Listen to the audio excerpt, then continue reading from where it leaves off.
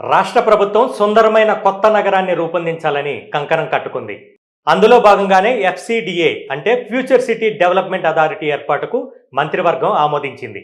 ఈ board HMDA తరహాలోనే నిర్వహణ ఉంటుంది.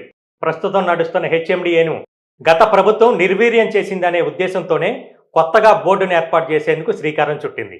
ఒక ప్రాంతాన్ని పక్కా ప్రణాళికలతో అభివృద్ధి చేయాలని రాష్ట్ర ప్రభుత్వం దృఢ సంకల్పంతో ఉన్నట్లుగా కనిపిస్తోంది.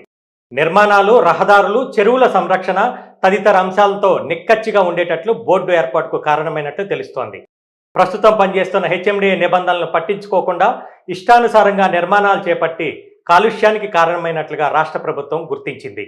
మహానగరం అంటే జనాలతో సందడి ఉంటే సరిపోదు, జనాలకు తగ్గట్టుగానే మౌలిక వసతులు, విశాలమైన రహదారులు, నిబంధనలకు లోబడి భవన నిర్మాణాలు, పార్కింగ్, పార్కులు, క్రీడా స్థలాలు, స్కూల్స్, కమర్షియల్ భవనాలు, హాస్పిటల్స్ ఇలా ప్రతి ఒక్కటి ప్రతిబింబించే విధంగా ఉండాలని భావిస్తోంది. కొత్తగా శ్రీకారం చుట్టబోతున్న ఎఫ్సిడిఏ మాస్టర్ ప్లాన్తోనే ప్రణాళికలు రూపొందించాలని ప్రభుత్వం అధికారులను ఆదేశించినట్లుగా సమాచారం. ఎక్కడెక్కడ నిర్మాణాలు, కంపెనీలు, స్కూల్స్, కమర్షియల్ కాంప్లెక్స్లు, అగ్రికల్చర్, మార్కెట్లు, విద్యాలయాలు, ఫార్మా కంపెనీలు, రహదారుల నిర్మాణం తదితర వాటిపై ఫోకస్ పెట్టి ప్లానింగ్కు శ్రీకారం చుట్టనుంది.